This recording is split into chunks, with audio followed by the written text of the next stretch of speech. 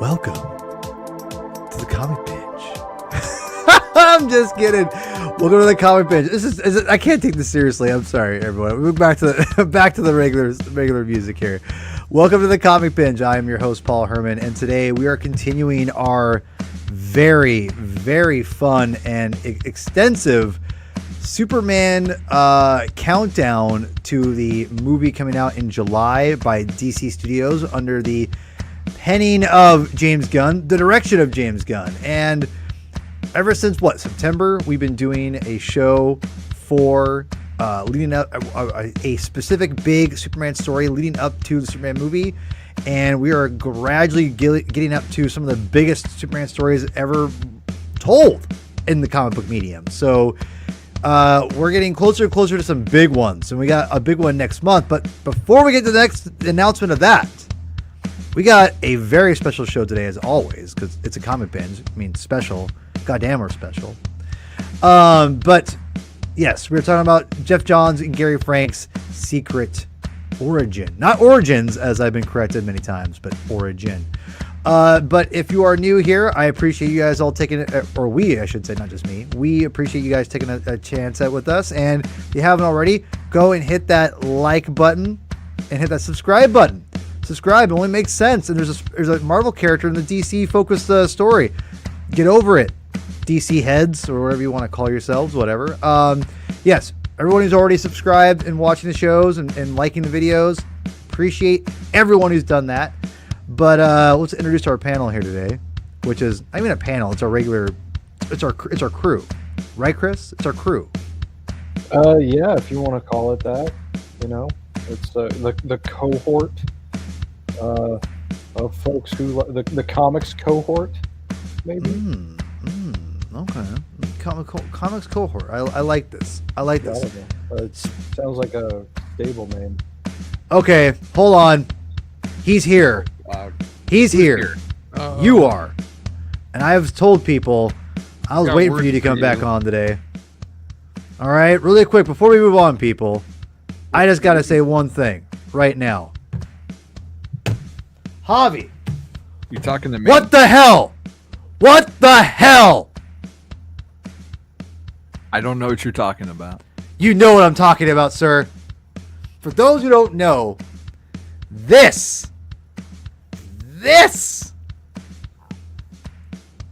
Javi was on the Batman Book Club podcast. Yeah, I frolicked. You frolicked. I frolicked. For this piece. How would you choose? Why would you choose this? You just despise any computer-generated artwork, regardless. That is a lie. That is a lie. Fond memories of that comic. I got two examples that I got right here, and they're both Batman stories, and you just dump all over them indiscriminately. For why? And I don't know why. You tell me why. Viewers, tell me. Does that look good? Or does that look good for 1990? It doesn't matter. Oh, Javi. That's what I picked, Paul. Look at that cover. That is a great Death Star image. trench. The cover isn't bad. The cover isn't bad. I'll give you that. The cover isn't bad. The Death Star trench run looks like dog crap. What? You take that back. Oh, That's the same logic you're applying. God, this is so bad. Oh, this is kind of tight. The Death Star trench run still looks pretty good today, I think. Oh, yeah. But That was good. Spoilers, that might be someone's favorite page in the book. If you listen to the Batman Book Club. All right. For those who don't know, Javi was on the Batman Book Club podcast, and he reviewed this book, which I have trashed repeatedly. Oh. And when our good friend Ryan Lauer said this was coming out, I went, no way. And then I found out it was Javi. I was like, I felt betrayed. Listen, man, when it's 1990 and you're 13, that is some cool shit, man. That's fair. That's fair. All right. Well, anyway, welcome, Javi, regular co-host of the Comic Binge. Obviously, Chris already talked because Chris is Chris, the Reverend himself, The Reverend. Mr. Cloud, Yo. the Reverend. And last but not least, our good friend and cohort, Adam, a.k.a. Pizza Time. How are we doing today, sir? Good. You lit the pizza signal, and I was like, I'm in. I forgot to. I meant to upload that, by the way. I meant to upload it. I'll do it when we're talking. That was good. I thought you'd like that. So It was anyway, fun. yeah. For those who don't know, Adam has been on many, many shows with us, and I love him to death. We have a kinship of music and comic books, which if you share those with me, you pretty much become my best friend. So anyway, I'm gonna let Chris and Javi kind of do a lot of the heavy lifting on this one, because this is obviously you guys are the Superman experts. I am just a somewhat, yeah, keep going. You're good. I am a somewhat, dip my toe in the Superman, and I know a little bit more than the average person, the above average person maybe, but obviously Chris and Javi are the true blue. So they have pretty much curated our whole listing here. Whoops, sorry guys. Our whole listing is basically based off of these guys. So tell me, why did we pick Secret Origin? I mean, I'm not trying to be like derogatory. I'm just being, just curious. Because Chris and I both have the Absolute Edition. There you go. Okay. I mean, No, but seriously, no, that's not the reason. But I mean, all right. It's. I mean, Chris can speak to it better than I can. But it's a Superman origin, and we're gonna see something. Double G. I don't know. Love you, Double And G. we've covered Birthright. Yes. And it feels appropriate to look at another take on the origin, especially one that at times is trying to canonize as much of the Richard Donner movie as possible into the main DC universe. Yes. And I think another big factor is the fact that it's, Gary Frank art. And why would you not want to showcase that to people? What do you think, Chris? Here's the thing that I find very fascinating about this book. So this came out in the middle of my time as a retailer. You guys know me. I'm a big Superman fan. Really? People who don't know me, I'm a big Superman fan. And the thing that was really, really fascinating about just the fact that they were doing this again, like there's always going to be this general attitude of like, are we doing this again? Particularly among like more seasoned fans, I think. But this was really needed in the continuity at the time that it came out, because after Infinite Crisis, Superman stories that had trickled in through the monthlies, including stories that were written by Johns, started to kind of dovetail with details of the origin story, and they weren't matching up with what we had seen in either Man of Steel or in Birthright. So that left all sorts of questions for people to try to kind of figure out for a solid like 2 or 3 years. Like, well, wait a second, is it Birthright or is it Man of Steel? Like, Man of Steel has been in place as Superman's origin story for the better part of 20 years, a little more. But then Birthright comes along, and it's a very vastly different take that includes a few more Silver Age elements, as Mark Waid is wont to do. But there are still a lot of incongruities about like exactly what Superman's origin story really canonically was.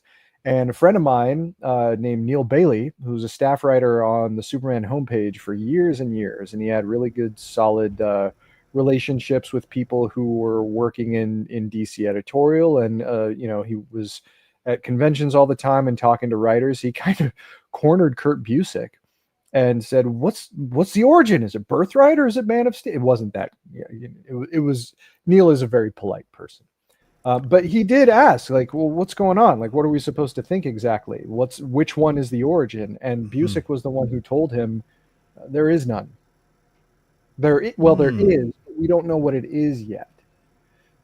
it is to be told. And that was really like the first indication, the first inclination that there was a new version of the origin story that was going to be in line with everything that we had seen post Infinite Crisis.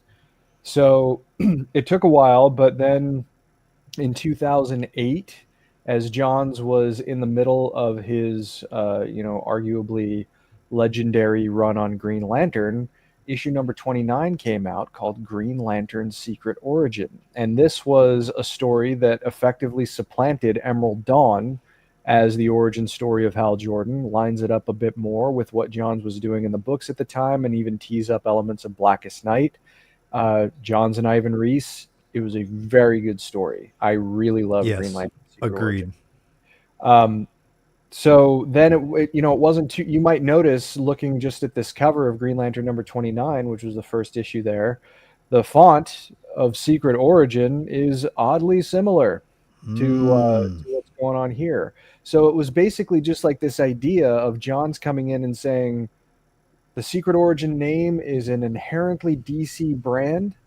We are re-exploring the beginnings of these characters in select instances. Geoff Johns and Gary Frank is a team that is now very synonymous with Superman because of their collaborations on Action Comics leading up to New Krypton. This is the team that's going to tell us the new origin of Superman. And, the Legion had been recently reintroduced at that point as an important part of Superman's early history. After being kind of swept under the rug during most of the post-crisis era, at least in most cases, because Superboy was done away with. So what is there for him to do with the Legion, really? And there were some indications about the Legion existing, but not like the explicit kinds of Superboy and the Legion of Superheroes stories that we had seen in years past. So John's a noted Legion fan, Gary Frank, a singular artist, comes along and creates a new version of the origin story. Now, in the years since it came out, I do think it gets kind of overlooked, weirdly enough, in favor of either Byrne or Mark Waid. And I think that's kind of a mistake, because one of the things that I have always really loved about Johns' ability to tell a story, to say nothing of Gary Frank's beautiful work on the pages, on the pencils themselves, is just like teeing up the core theme of something that needs to be addressed, something that needs to be defined, something that needs to be overcome. And in those early issues of this story, you really get to the sense of a world that's kind of lost its way. And certainly by the time you get to Metropolis, it's a bleak place. It's kind of a hopeless place. People are looking down all the time, and something's got to make them look up, and something's got to make them believe in themselves too, without trying to find someone else to solve all their problems. Like, that's one of the things that I don't think is given quite enough credit with Superman, and it's something that Johns always emphasizes, is that yes, he does what he can do because he can, but there is always going to be far more potential and far more long-standing stability when people can try to make their own way. But when we fall off the wagon a little bit, or if we go off the rails, we have someone there who can put us back on track.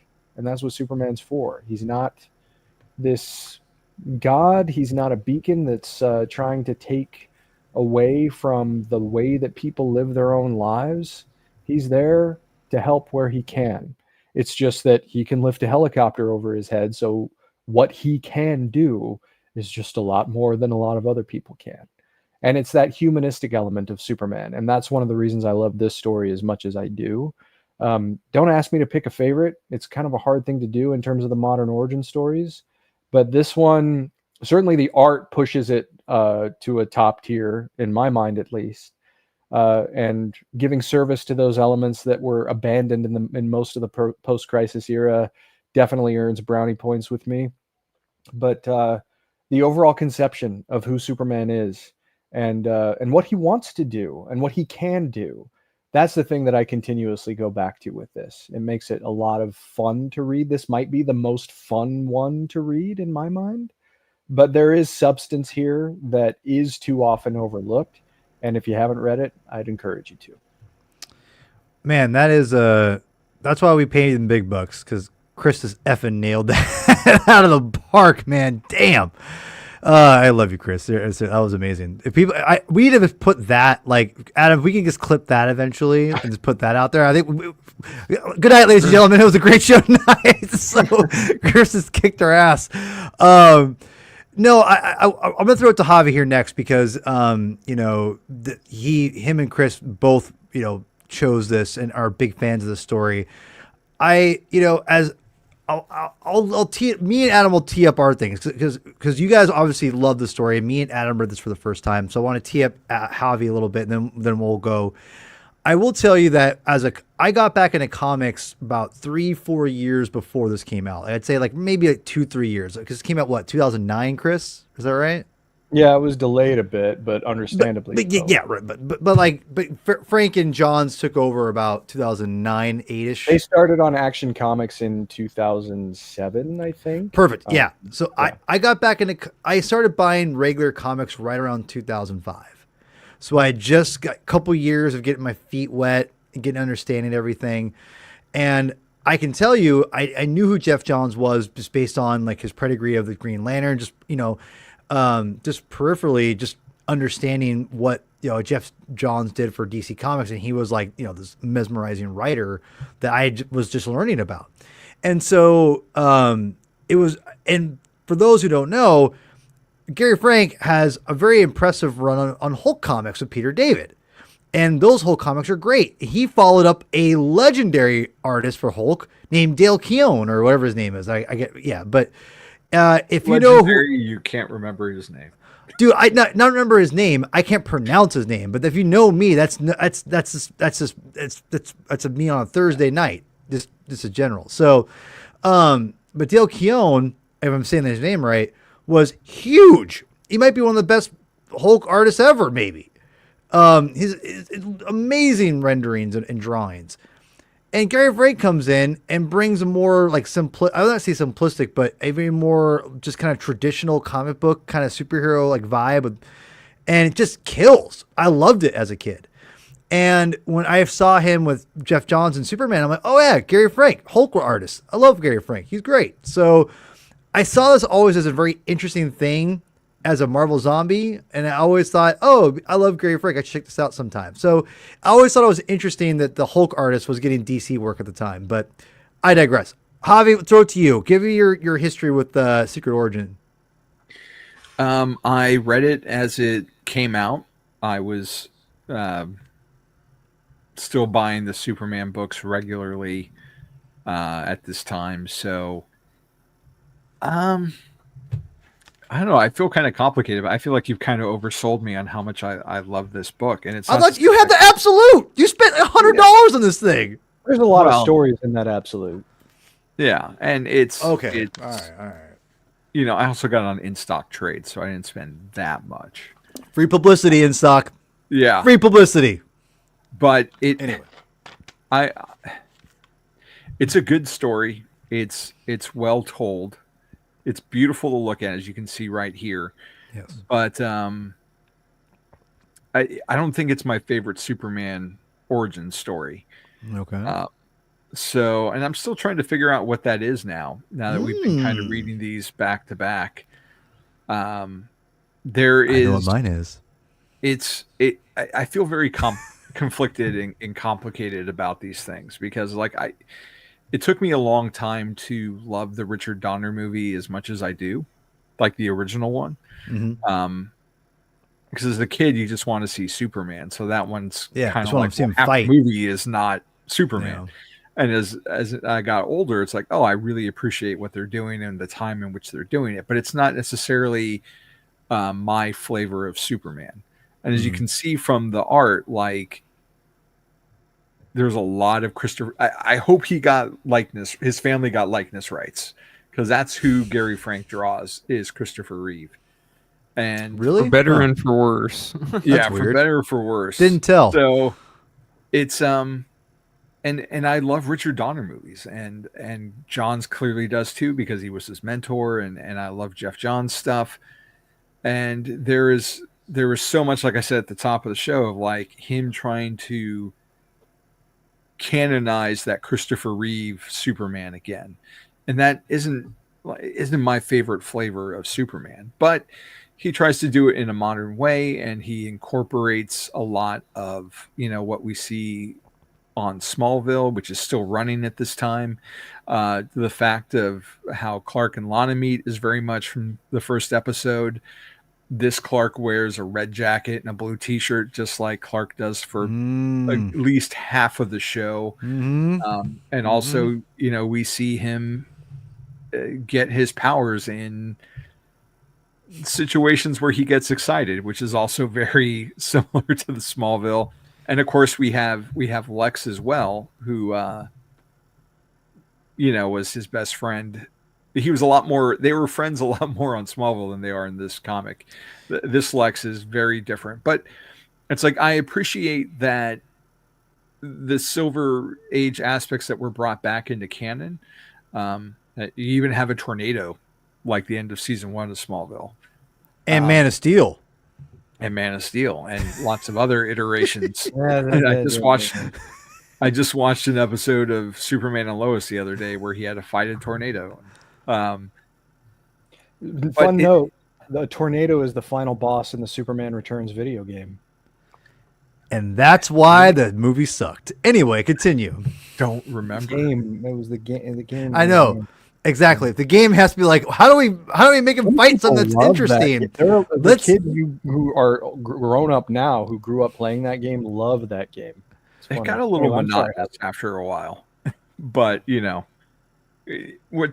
what happens in open world games. You have to fight like the same villain like 85,000 times. It was also the last solo Superman game that's ever been released. Wow. Wow. On console. We've had that's insane. Games. But I do appreciate what he does. Everyone's at the top of their game, but sometimes it's a little too much Donner, and like I said, that's not necessarily I love that movie, but it's not necessarily my flavor of Superman comic book, if that makes any sense. So while it feels like I'm being negative on it, but I really do enjoy so much of it. But just there are just moments where it bumbling nerdy Clark to this degree isn't necessarily my thing. So Javi, knowing that, let me start over. Sorry, everybody. Knowing the comic now and what you're saying, I totally get it. And if I didn't read the comic, it could come across maybe. I mean, if everyone thinks you're being mega negative, it doesn't pay attention completely. But I will say I could see what someone would say you may be being a tad more negative. But we'll get into that a little bit here in a second, because I think what you're saying is actually on the money.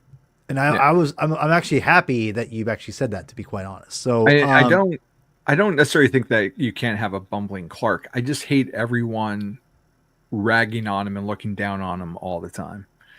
So, but I would say though, really quick, what I would say about that is this is just a mini series. So, and that's kind of it works for a mini series for the origin specifically, I would say. And hey, and really quick, I want to make sure I point out, Chris put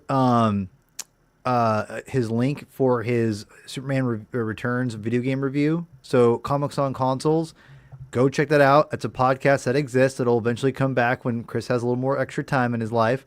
And when that happens, be ready. So, and by the way, Chris and Javi, whenever we do our own notes, when you see them in there, you should put editor's note up in there, like the captions. Just humor me. I think that's cute. Anyway, all right. So Javi, I'm gonna save mine for last. Adam, I'm very curious, as someone who loves comics, and you're primarily a Marvel reader. Is that right to say? I suppose so. Yeah. Okay. Your Superman knowledge kind of, you're on the Panic in the Sky show, so like it's not. I know it's not top tier, but going into these comics and whatnot, tell me, do you have any history with them? How familiar are you with the writer and the artist and everything? Just kind of give me your history, and then give me your overall view of your experience reading Secret Origin. I know people like Geoff Johns. I've also heard a lot of I've heard a lot of that too. Gary Frank, I feel like most of the work I've seen of him is Superman stuff, probably from this this book. Okay. So yeah, he's fine. He's not totally my fine. thing, but well, I mean he's not. Fine. I mean he's technically I know. Technically he's great, but sometimes that's not always what I'm looking for in comic art. Well, tell me, like what? So tell me, like what about Gary Frank isn't what you're looking for? Tell me, give me more of that.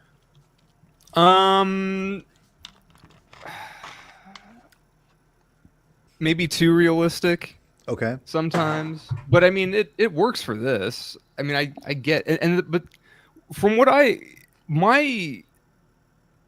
my perception of DC around this time specifically, and even kind of in the past, is like they were always kind of like they had fantastical characters, but they were always drawing them in a very realistic way. The artists were. Mm-hmm. So this just kind of, I mean, there are exceptions obviously, but this solidifies that a bit more. I don't know. Okay. It's like when you guys do the Grant Morrison Batman stuff. That's kind of, I feel like, the same flavor of art. Their house style, if you will, is kind of based in realism. Sort of like this. Yeah, it's a bit more realistic than stylized. Like it's not Kirby. It's more like, I don't know who is it more like. I guess it's more like Neil Adams a bit, or like a Bernie Wrightson. Than a Kirby type. Like that's, and I know like there's a lot of different DC comics that have different artists, but I feel like for a lot of the mainline stuff, they would go for, like when you guys were doing 52 also, like it was Keith Giffen layouts, but like there was a lot of that kind of sense of realism there. Really quick, Chris, I'm gonna throw it to you real quick. Any comment on that? Which part of it? Well, about the real, because I'm not saying there's a right or a wrong here, Adams. Don't get me wrong. I'm not trying to be like, let me prove Adam wrong. I just want to know, because I think that's a good point. Like, would you say that the house style from DC at that time in the late 2000s, or late aughts, if you will? Oh, God, I hate saying that. But that era, like 2007 to whatever, and Geoff Johns at his height, probably with Green Lantern and everything. Would you say that that it was less stylized for the I mean, obviously there's some stylized stuff here or there, but like, would you say it's majority of what he said, like more based on realism artwork, less stylized than as like the main kind of art of choice for DC at that time? It doesn't really conform very much with my perspective, only because those artists that you might apply realism label to, there was actually kind of a lot of variation between someone like Gary Frank compared to someone like Ivan Reis. Like Reis is A-list artist, I would say, and was really buttering his bread at DC between his work on Green Lantern and Blackest Night, certainly.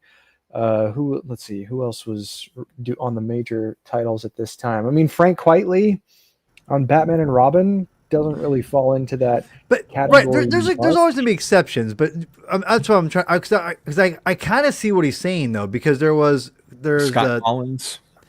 Because I'm thinking of like, who was the guy on Justice League when they relaunched Justice League around Howard Porter. Howard Porter. Well, no, we're talking like way later. 2006, it was Ed Benes. Yeah, that's what I'm saying. Like, I know Ed McGinnis and Ivan Reis are probably a little closer stylistically speaking.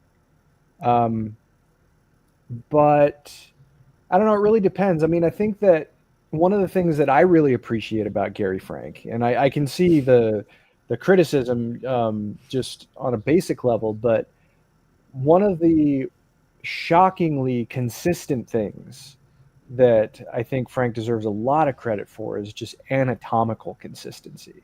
Yeah, He knows how I would the agree with human that. body That's fair. bends. Yeah. You know, like he doesn't. Yeah. It like, and that's not to say that anatomical flourishes like with someone like, I don't know, Humberto Ramos doesn't have a place. Mhm. Like they absolutely do. Yeah, they do. But like you Or look Rob at like, Liefeld. yeah, I'm not even talking. I'm not even talking sh. I'm being legit. yeah. I mean, it is a style, and he was doing some work around this time. He was But, for DC. Yeah, the anatomical too. consistency between different pages. Frank has a really good sense of scale. His lines are very clean, and everybody is in the proportion that they are supposed to be, regardless of where the quote unquote camera positions the image. And you know, a lot of this I think has to come down to not necessarily just the pencils, but is there maybe a house style for the coloring? That I would probably agree with a little bit more. Because if you look at like Superman and the Legion of Superheroes, which was the first Johns Frank Superman collaboration in 2007 in Action Comics, had a different colorist and has a very different kind of vibe to it. This is a lot warmer, and this is probably a little bit more consistent with what we saw in books like Green Lantern, or what we saw in Batman and Robin, or Wonder Woman. You know, when Wonder Woman was relaunched in the post Infinite Crisis era, that was Terry and Rachel Dodson, and they're also a bit stylized too, but the coloring is very similar. And DC was leaning a lot more on like spectral effects that you couldn't do in previous eras. Like even on this page, like the light shaft around the tire of the truck here, and the bloom of the sun, you know, and different gradient shades. You know, these were all relatively new things that were being introduced in comics during this time across, you know, Marvel, DC, and the Indies. And they look very different than pages from even, you know, 10 years earlier, where coloring was generally flatter, right? So the DC, I think, did lean into a more consistent kind of coloring style for its top tier books. And that, I would say, maybe is a little less remarkable. I personally, you know, am pretty awed by the pencils here, just because of the anatomical consistency, regardless of where and how different characters are scaled. I think that that's a complete and utter justification for the scheduling problems that this book did have, because it took a while for this to come out. You know, well, further back to you, Adam. I think you and I both agree that Gary Frank's art for this is very consistent, and I didn't even like. I kind of took it for granted, Chris. I think that's how consistent it was, to be quite honest, because you're absolutely right. There is a consistency to this for the most part that is so hard, and it kind of goes back to that realism thing that Adam was saying. Like, it's, if you're into that, which I tend to lean more realism than stylized, to be quite honest. It just kind of depends on like the artist, and everyone's whatever. But well, and there's one thing I also want to mention too, because I remember a Wizard issue that came out just before the first Johns Frank issue of Action came out, and it shared some of the earliest sketches, pretty much the first looks that we had seen of Gary Frank's take on Superman, and the Christopher Reeve likeness was already there. Like, that was very clear. The thing that really stuck out to me, though, is his physique, because really since Byrne, people had kind of defaulted, I guess, to this overly kind of veiny, super defined, and really big, like big Superman. And Frank's Superman is not that. You know, it's just, he's defined, but he's not bulky. Like. And I remember there was an interview with Frank in that issue of Wizard, and he kind of talked about his reasoning behind that. And he said, well, it's not like his strength comes from his muscles the same way it comes from ours. It can't. You know, if it did, then he would look like the Hulk all the time. But that's not where he derives his strength from. You know, it's a Kryptonian physiology is kind of a complicated subject in the realm of the DC universe. And there's a sense of realism is the wrong word because it's clearly not realistic. But there's a sense of believability that comes from Gary Frank's rendition of Superman that I have always appreciated because it understands that kind of an understated approach to his silhouette and even his body says a lot about where his power comes from and how he chooses to apply it. And I think Johns wrote to that very effectively in the stories where they did collaborate, both here and later on in Doomsday Clock. There is something that is just like innately fascinating about everything that Superman does that doesn't come from this like overly muscle-bound, grotesque kind of a look. And I've just always really gravitated toward that, personally. Yeah. So Adam, tell me, you read this comic, and you know your knowledge of Superman is not like super high.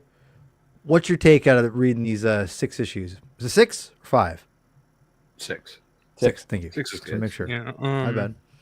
Yeah. 6 I mean, it's a good starter thing. I think this could make a good adaptation, actually. It gives you just enough to where you want maybe a little more, but it's not necessarily a bad thing that you don't get more, but you could get maybe a little more, you know what I mean? Like, it basically gives you just enough, like with the, you know, he's a kid in Smallville and going to Metropolis and his first big supervillain fight, and well, his first 2 big supervillain fights, and you know, setting up Lex as his arch nemesis and everything. Yeah, I don't know. I think it's a good starter. Did you enjoy it though? Yeah, I liked it. Okay. It's a nice read, you know. If I made you read this, not like just we're hanging out, I'll be like, Adam, homie, you need to get on this SH right now and read Secret Origin. Would this make you want to invest more into Superman as a character?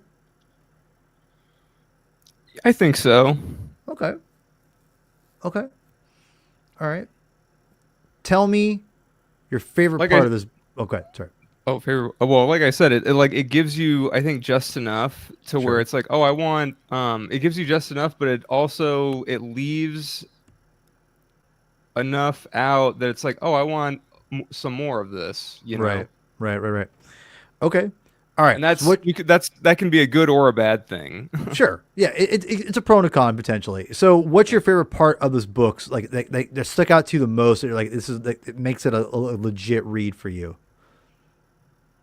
That's a good question. If anything, maybe it's just a bunch of solid stuff. I don't know. But is there like a? Yeah. I mean, I would say it was mostly solid. Probably fighting. It's either fighting Parasite or fighting Metallo. Okay. Probably. Okay. And maybe confronting Lex at the end too. Okay. And just like the whole like getting the Daily Planet back. Getting the Daily Planet getting its groove back. That's Superman. That's nice. Adjust the Daily Planet. And we got our groove back. We're ready to get back in bed, if you know what I mean. and you know, and like Jimmy taking the first pictures and saying like, "Oh, do this." And he's like, "I don't know. It seems kind of weird, but you know." He was like, "Oh, it's a good shot, though." Yeah, that's cute. I like that stuff. That stuff's fine. You know. Okay, but so you enjoyed it. You would recommend this for people who are are infants of Superman comic books. You haven't read Birthright yet, right? No. Okay. All right.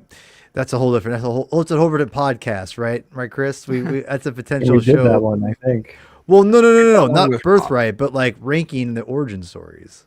Oh yeah. Well, we like I said in the editor's notes, we still have to read the New 52 origin by Grant Morrison. And there's a lot there.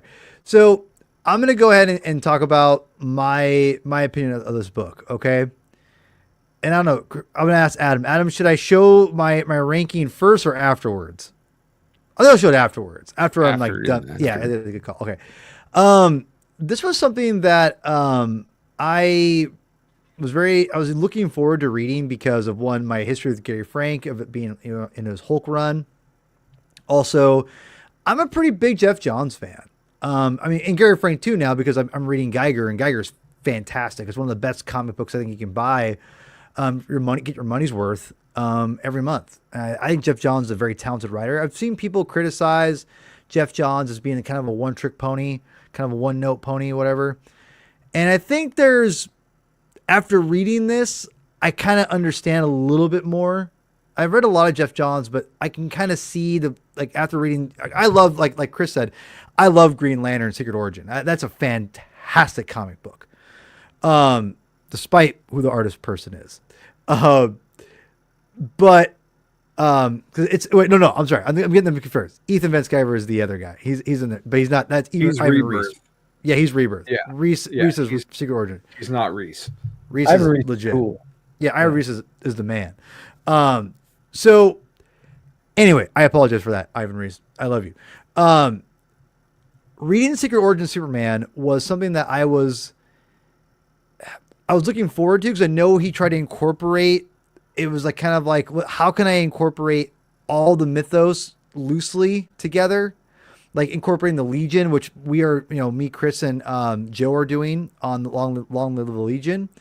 And that has been also surprising too. Like I was like, oh, they actually put Superboy in this. Like, Yeah. And and I think the one thing I like the most about this was that Geoff Johns interweaved a lot of continuity together and was able to, I think, really orchestrate some of the more popular aspects of Superman that people kind of either loved or wanted in it that maybe were missing, like the Legion, maybe. Because let's be real. I mean, even as someone who's learning about the Legion and superheroes in the last couple of years with Joe Corallo, go buy his comics, excellent writer.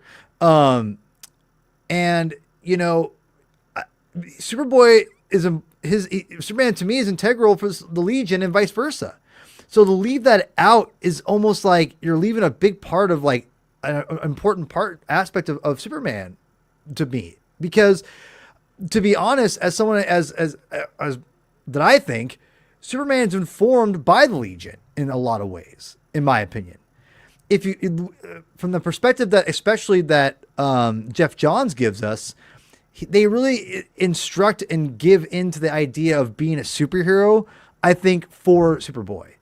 I think that's kind of interesting, because if before it's like, well, I guess I'll do this, and the Legion kind of help him really embrace that superhero-ness, if you will.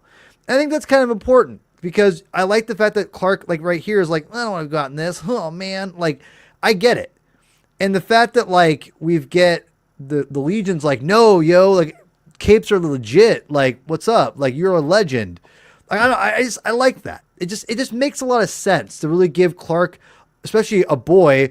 If anyone's been a young person of Clark's age at that time, you're going to be very insecure. So the fact you have a bunch of like people from the future being like, no, yo, you're like, you're the SH. You're like, you're an icon. What you're wearing is like legit. Like, oh, okay, you're right. I am kind of rad, I mean, like, obviously not that bad, but you get what I'm saying. So I put all that together.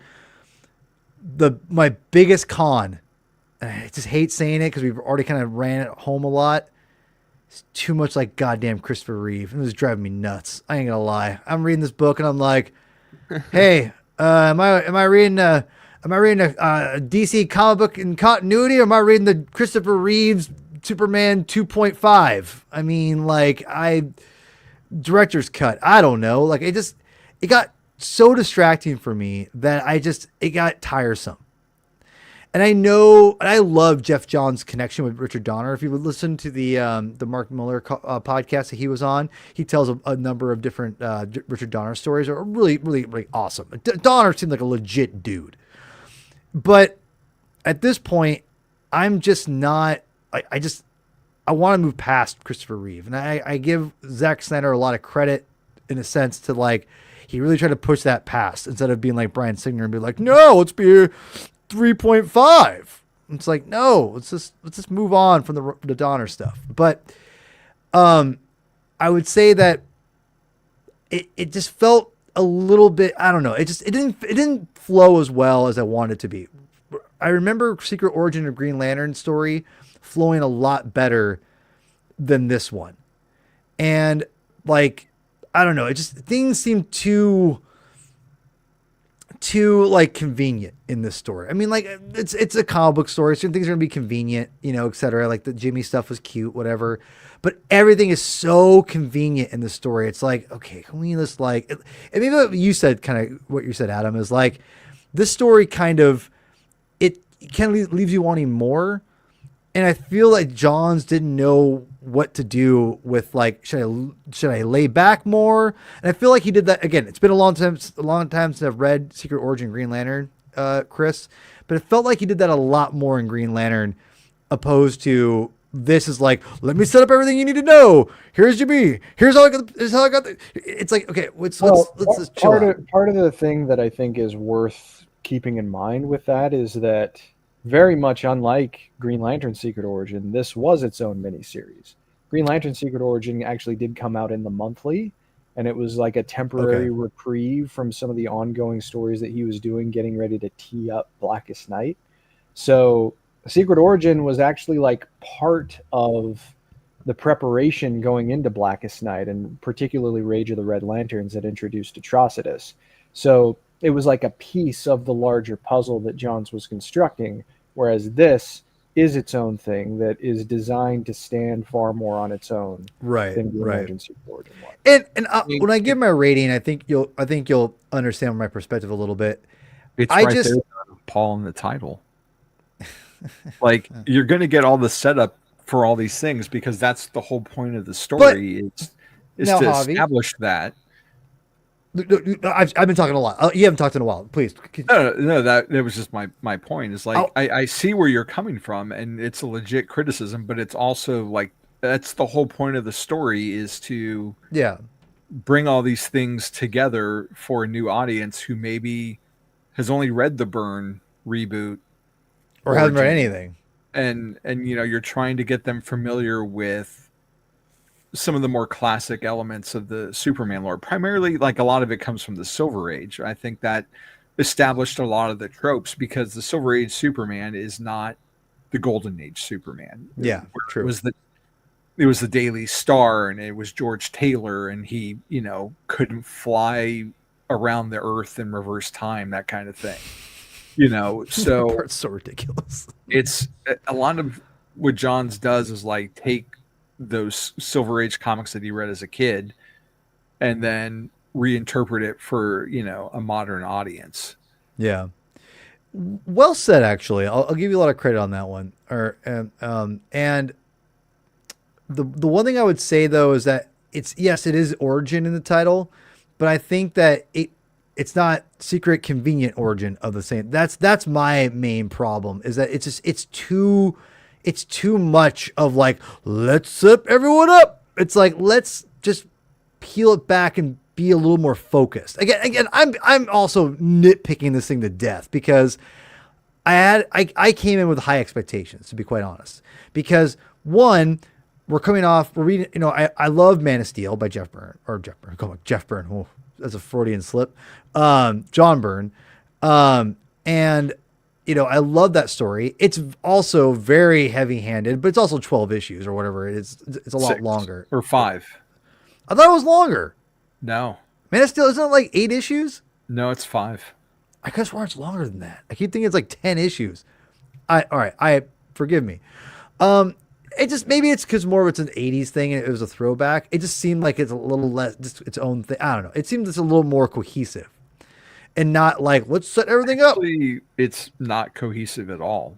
Which I is something I don't know. I thought it was cohesive enough for me. No, because every issue is like a snapshot of a certain character, or there's not telling an overarching narrative like Birthright. Right, but to me that makes it more cohesive of an origin story because you're not focused on like this overall narrative. You're snapshotting and you're kind of seeing the development of a character, whereas this is like, we're trying to do both, but you're having this overall narrative. It kind of feels out of place. And so like, to me, it's like, if we're going to focus on this Clark growing in to become Superman and becoming Superman in Metropolis, do we have to have Lana Lang in it? Even the Legion, what I love, do we need a Legion? I get the whole point, because here's the problem. The story is trying to do a lot of heavy lifting at once, and it tries to do too much. And I feel like that's where the weight starts to buckle on this comic book. I mean, part of that stems from just what had been excised in previous origin stories in earlier years, because Johns' whole real ethos with re-characterizing Superman's origin story for this period of storytelling was to reintroduce those elements. There is a page in Secret Origin that is recreated from Action 858, the Superman and the Legion of Superheroes story, because that one reintroduces the idea that he did know the Legion when he was a kid. So if you're going to tell a story that starts with him in Smallville, you can't really ignore that. Right? Like, referring back to it is something that, mechanically speaking, makes a lot of sense. Now, mechanically speaking, you could say that those mechanics could get in the way of more organic or naturalistic kind of storytelling, but considering the role that this played in trying to align this era of Superman with a firmer foundation that everything could spring off of, in that sense, it's very effective. Now, does that negate the possibility that it gets in the way of a reading experience? Absolutely not. Like, it's a valid criticism, and it's something that I can certainly accept. But I do think that it's worth keeping in mind that there was so much haphazardness and mystery surrounding what Superman's early years were like during this time that Johns wanted to definitively answer those questions, and he wanted to make sure that future stories could effectively refer to Superman's early years, or potentially, maybe even lead back to a Superboy in the Legion of Superheroes book at some point. That could have been a possibility stemming from what was established here. They never did it, but they could have if they wanted to. And I do think that there is a lot of upside potential for all of the things that he tees up for other creators to run with in the future. But, just a couple of years after this, they decided to throw the baby out with the bathwater all over again. But I don't think they knew that at the time they were making this. Yeah, I totally agree with that. And so, because it does seem weird that they'd have this. I mean, this is going to sound weird, but it almost feels like, would they waste the resources on this, Chris, if they knew they were doing 52? Like, the next year? I can't characterize it as a waste of resources. No, I say waste. I don't mean like this is a waste. Like, this is a waste of itself. I'm not saying that. I'm saying as a business person, is like, do I pay Gary Frank? Why do it? Why do it if they're gonna reboot? Exactly. Yeah, exactly. Why? And this isn't going to be the origin for the reboot. We talked when we did Flashpoint. That was almost 2 years ago now. But when we talked about Flashpoint, damn, 2 years ago. Damn, bro. If you look at that, 10 years ago. I know. I know. Yeah, how about that? But I mean, if you look at those original notes for Flashpoint in the back matter of the Absolute Edition, and maybe in one of the other collected editions too, it's a great cover. Like, it doesn't mention that a Universal relaunch is coming. It just is basically a return to the status quo as we understood it for Barry, and it didn't make any mention of this Universal reorganization. So I don't think the New 52 enters into this equation at all. But beyond that, in terms of just giving these creators the opportunity to tell this story with Superman, first of all, let's not beat around the bush too. A new version of Superman's origin story from a general audience perspective is highly marketable. There is a lot of potential economic upside for DC Comics to do this again. And there will be in the future. It's that important of a story, and there's enough of an appetite out there that if DC wants to go back to the well for a quick and easy paycheck, then they absolutely can. But when you have creators who care this much about the material, the thing that I continuously extract so much value out of this story from or for is like that idea of a city that is dirty, without hope, people looking down. And it's so well emphasized when Lois starts writing that first story about Superman, where you start to see like she believes in something again. Perry is criticizing her for always tearing institutions down, even those that don't deserve to be torn down. And it's not until Superman shows up that she has a reason to, maybe realize that, maybe sometimes there are good things in this world. Maybe there are things worth exploring in journalists are supposed to be objective, but in a light that is accurately presented to you. Tell that to YouTube. Well, yeah, no comment. But Lois has a really important place in the wider, like, of course, in Superman's world, but in the wider DC universe, like, she is an excellent judge of character. That's one of the things that makes her as good as at her job as she is. So her first meeting with Superman, it's going to naturally be designed to be a major moment for her, but characterizing it as the beginning of a new era of hope in Metropolis, that to me is what I take the most value from out of Secret Origin. I'm honestly not that crazy about a Reevian conception of Clark Kent again. I was hoping they'd lean a little bit more on George Reeves than Christopher Reeve. Yeah. But the conception of Superman and the conception of Metropolis and the, modernizing it to a degree by characterizing the doubt of people. Like, they're scared when they see him. He hasn't given them a reason enough yet not to be scared.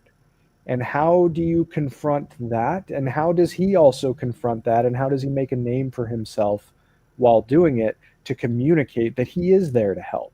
Like, these are all the things that I think makes the story worthwhile as a creative exercise, despite the elements of the mechanics of the continuity potentially getting in the way. I do see that, but for me, the emotional height of seeing Metropolis start to hope is greater. All right, so let's start wrapping this up. Javi, you've done a great job posting the pics and everything, and I want to make sure I give you enough to discuss. Is there anything you want to say before we start wrapping things up?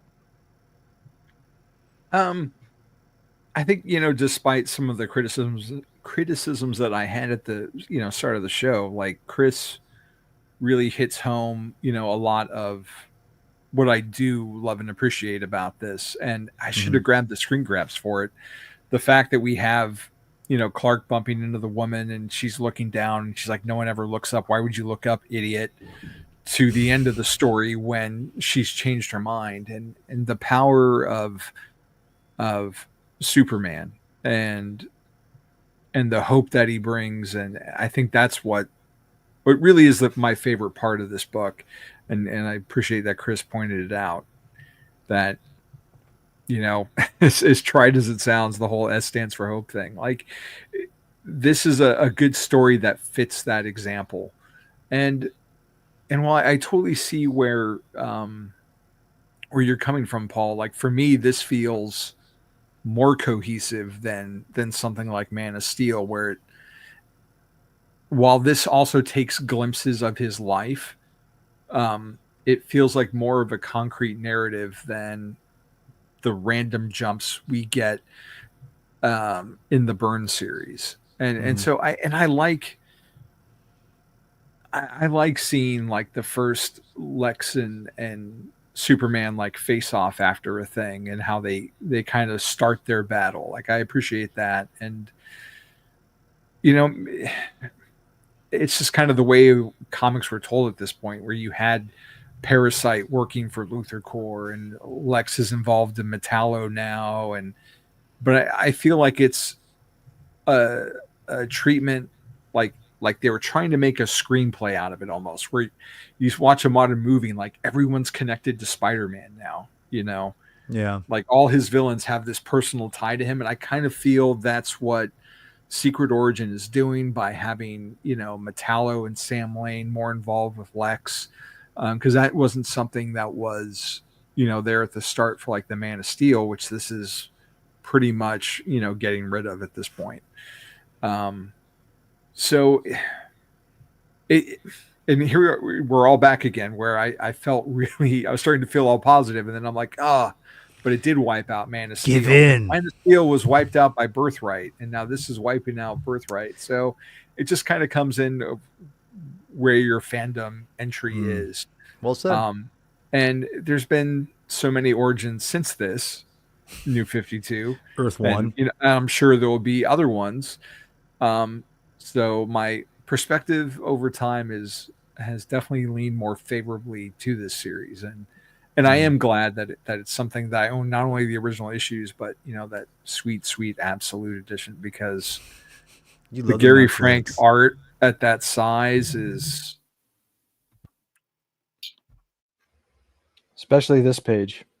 Yeah, this page establishes exactly what I wanted from this. So, I mean, this is in issue 1.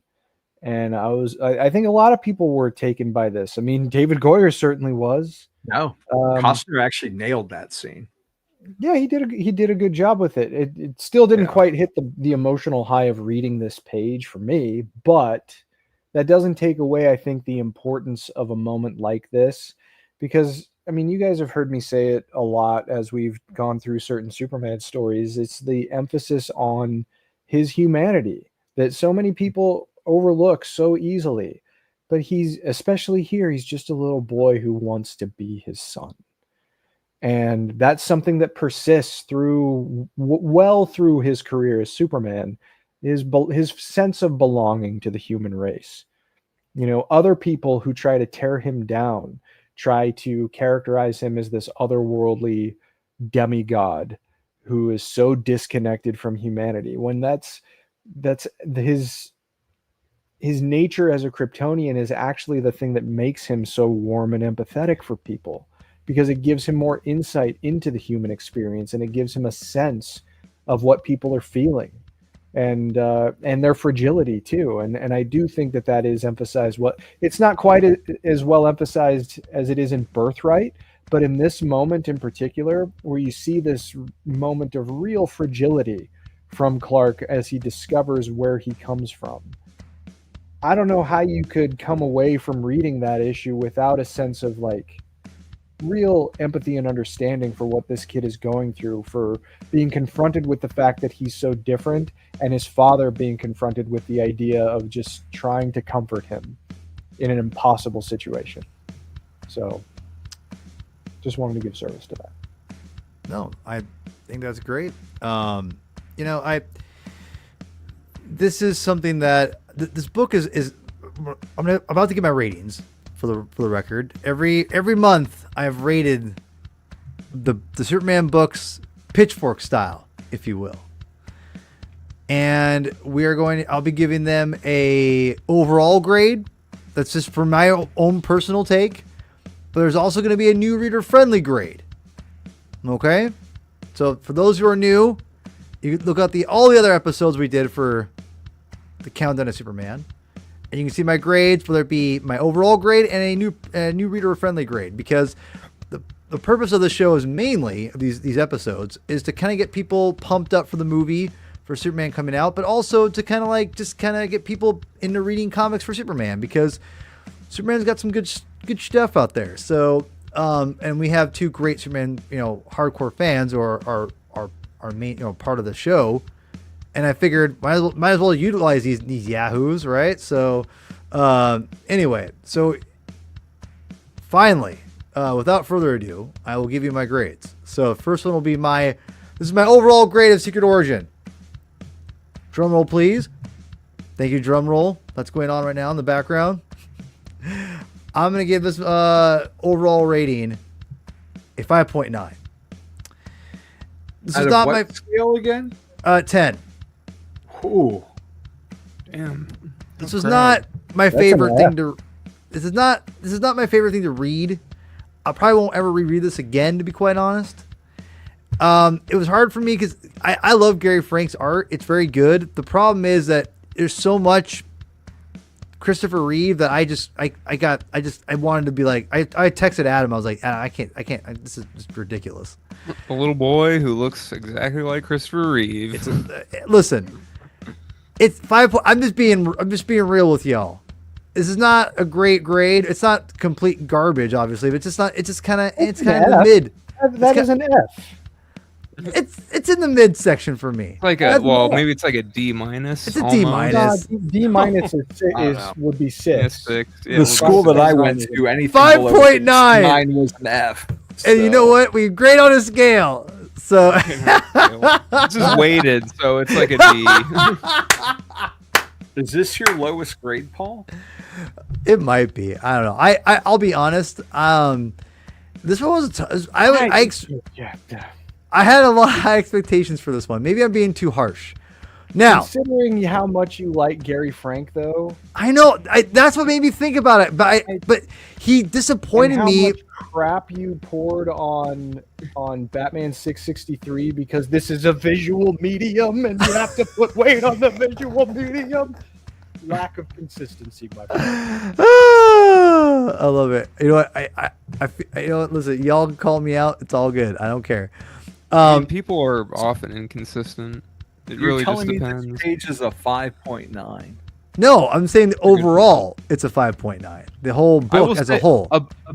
So the Christopher Reeve thing, my take on that is like I think it works a lot for Superman specifically, but like a lot of the Clark stuff is goofy, and especially young Clark. It's like, oh my god, man! Like don't do something else for young Clark. I think everyone would be fine with that. Like I get doing it for older Clark and Superman, but I think young Clark, like it's just that takes me out of it a bit. Yeah. So I'm just gonna say this right now. It's just I think part of the issue is too that Birthright's I think a masterpiece, borderline masterpiece, and this is just kind of like this. It just pales in comparison to my opinion overall. But that's just my opinion again.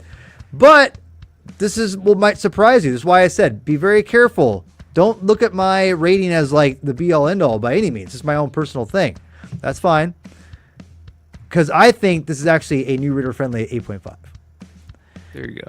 Because that's fair. I think someone could pick this up and thoroughly enjoy it and get a lot more out of it than I would being as a Birthright fan. I think people should read Birthright more personally, but I feel that Birthright is a little more. Do you give this to a new reader, or do you give Birthright to a new reader? It depends on what if they want to get into like the main continuity of Superman, I'd say this. If they just want a good, like I want to get a good meaty Superman story that's gonna give me like just like everything. Like just if I had to give this to my mom or Birthright to my mom, I'd give her Birthright. Because that's gonna give her a better overall story and a feel for Superman. If I wanted to give Adam, and Adam was like, hey man, I want to read Superman comics, where do I start? I'd be like, here, it's just a good origin. Knock yourself out. And, I'd be like, and if you want to get into continuity, the main continuity, if he's like, what's some of the best Superman stories? I'd be like, oh, Birthright, go read it. This isn't main continuity. It's very heavily involved in it, though. And so. But it's not. But it is. But isn't. But it's not. But it is. What is the current? But it is. Of Superman. What's that? What's Say it the again. current origin of Superman? I can't hear you what you're saying. What? Say it again. What is the current origin of Superman? That's the thing. You can choose which one. No, I'm Which talking one's- about canonically speaking. I don't know. That's what I'm saying. I don't know. I think it's still this. Well, either way, I would say this is way more going on in it. And I'd say if you want, again, it depends on the person. If I've got someone who's like loves continuity, I'd be like, knock yourself out, Secret Origin. If I said if they want like a legit Superman story that's badass, that's gonna like make you pumped up, I'd say go read Birthright. Because Birthright's way more badass than this. Straight up. But again, it depends on who we're recommending it to. I think Birthright covers more ground and can cover more of a wider audience. This is more of a specific audience to me, which is not bad. There's many issues in Birthright too. I'm just saying. Had more room to breathe. You could like it more. It's fine. I'm just saying my perspective. This is why it's my new reader friendly rating. Oops, sorry. 8.5. No, 8.5. 8.5. Right. That's a passing grade. How about this? We combine the grades together, right, Adam? I was thinking that, but that makes it like, I don't even know, like a C. Perfect. Perfect. I think it depends on the reader. I agree. If it's an older reader who's never read Superman but kind of knows some of the the stuff, the tropes like Superboy, then you give them this. If they want like Crypto, but if it's a newer person, you would maybe lean towards Birthright if they're not attached to like the Christopher Reeve films. Editor's note. Next time, editor's note. It's cute. Well, now we need to accelerate doing the New 52 origin story and potentially, is the New 52 origin story? Hold on. Now, hold Superman on. and the Men of Steel, action 1 through 8, and there's a 2-issue interlude drawn by Andy Kubert that actually deals with the material on Krypton. So 1 through 8 is effectively the full we story. will be doing. Yeah. We will be doing a Superman origin ranking after the movie, because there will be a lot. Because I'm not sure. Absolute will be done by then too, probably, right? Yeah, yeah. So I mean, it'll be a good time to rank them because we've covered a majority of them. Maybe the Morrison ones when we haven't. We can do that maybe before we do that episode. But it's by far, we've covered or. We've done all majority of them, so we can do a cool ranking of them. I mean, you already know what my number one is. I mean, I don't think anything is going to overtake it. But next week, there's a couple things. Let me do some housekeeping. We'll get out of here, okay? I appreciate everyone's patience. So, first of all, next week we got a very, very, very special episode. We've got the Ultimate Spider-Man Hickman Year in Review. We'll be reviewing 12, maybe even 13 issues, Adam. Mr. Pizza Time. Yeah. And is 14 out next week? It is. But we're not. Yeah, I'm not gonna worry about that. We'll do 13. But we've got this. That's part 1 of 2. Then we'll figure it out. It's whatever. I told Nico to read it just because of, well, you know why. So the Spider-Man. So if you hear Nico, aka Mr. Baby.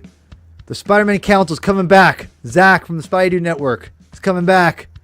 Javi, he's always here. If he doesn't, I'll get mad at him and guilt him and tell him he should read Digital Justice more. And then Pizza Time's coming back. Ironically, not available digitally. That is probably for the best. So then we've got next week's show is going to be like 3 hours long, probably. So just that one's going to be abound. Get popcorn. Get it. Yeah, get your popcorn ready. Next week's episode is going to be insane. Hopefully, Chris will have read all the issues by then as well. Some of them are quick. Save it for next week. Save it for next week. A couple are quick. No, I'm not giving away anything. Some are more wordy than others, just like a Bendis comic was. Fair enough.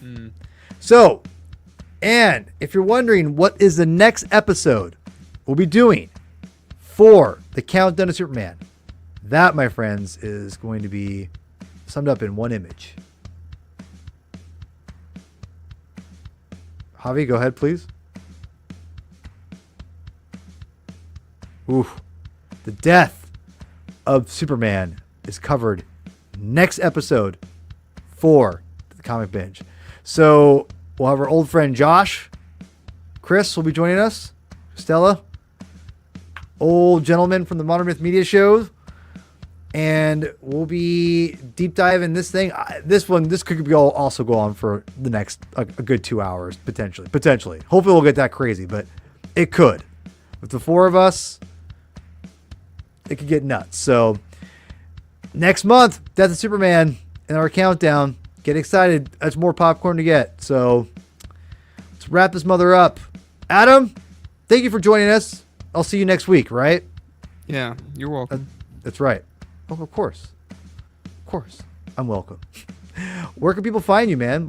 Promote your stuff. Enchilada Legs and Where? Spidey Dude Radio Network. Oh, it's everywhere. Blue Sky, Twitter, whatever. Okay. Spidey Dude Radio Network, of course. Here on the Comic Binge. There you go. That's right. Damn right. Javi, go ahead. Promote your latest episode. I'm on the Batman Book Club this week for Batman Digital Justice, where Ryan Lauer and I take a trip back to 35 years ago to celebrate the first hardcover graphic novel I think that I ever got. So that's fun.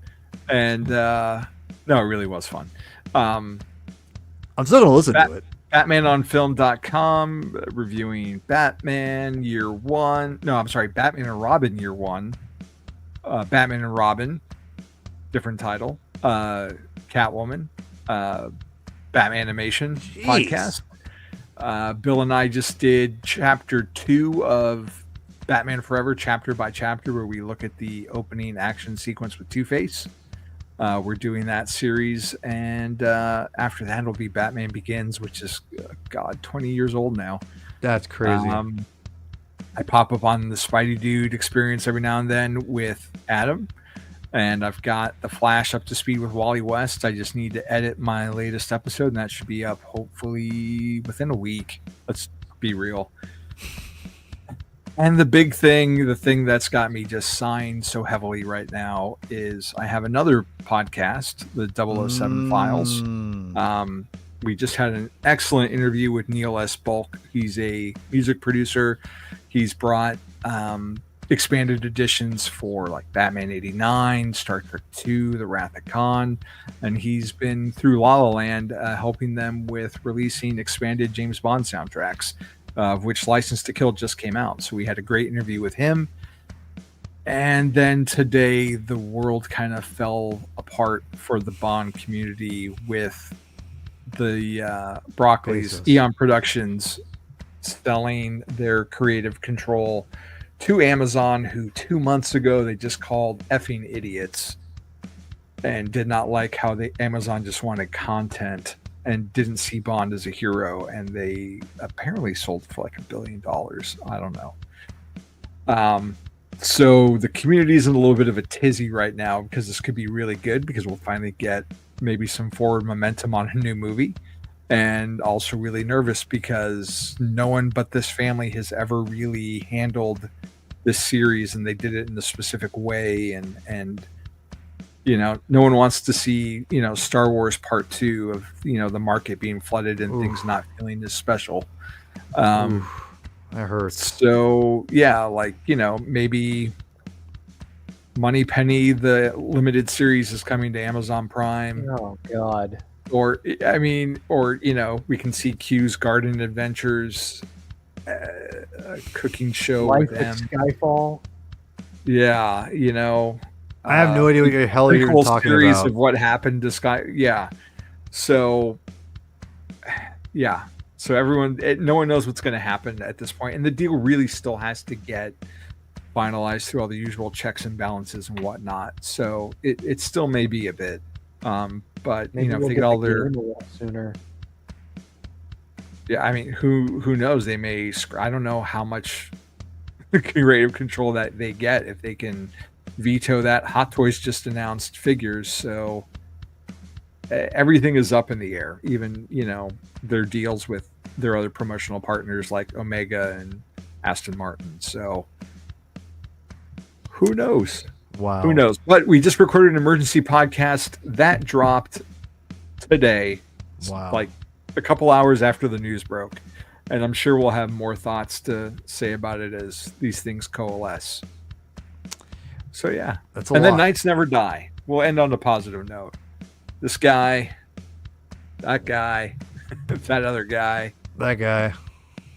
One Yes, of my favorite comics to talk about. Knights Yeah. Never Die. Here on the Comic Binge. Yes, And speaking of my favorite guys, Chris.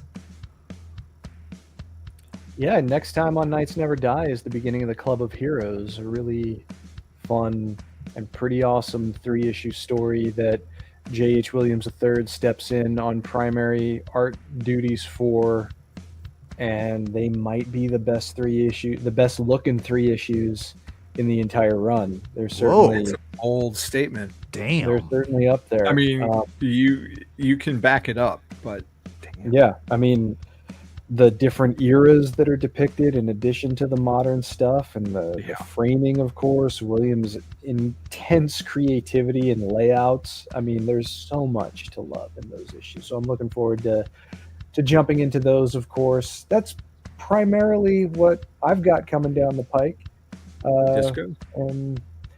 Disco yeah, debrief. We're still we're still picking up the pieces from Section 31.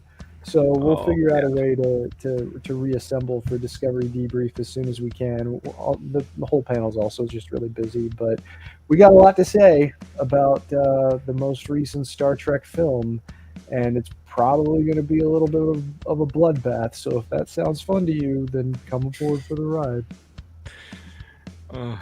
Oh boy! Well, watch this be the one that Paul actually likes. He's like, "This movie's great." Yeah, right. Yeah, I'm never going to watch it, probably, to be quite honest. So this is the first time you've said that about anything Star Trek, where I'm like, that's okay. Fair, it's fair. All right, everyone. This has been a fun episode. Go subscribe, like, all that stuff. Again, next week, Spider-Man Council returns. Hickman Spider-Man. Then after that, we got lots of stuff. Thanks, man. Come next month. So thank you, Eric, as well, and we'll see you next week. Chris, why don't you take us out, my friend? It means hope. Read more.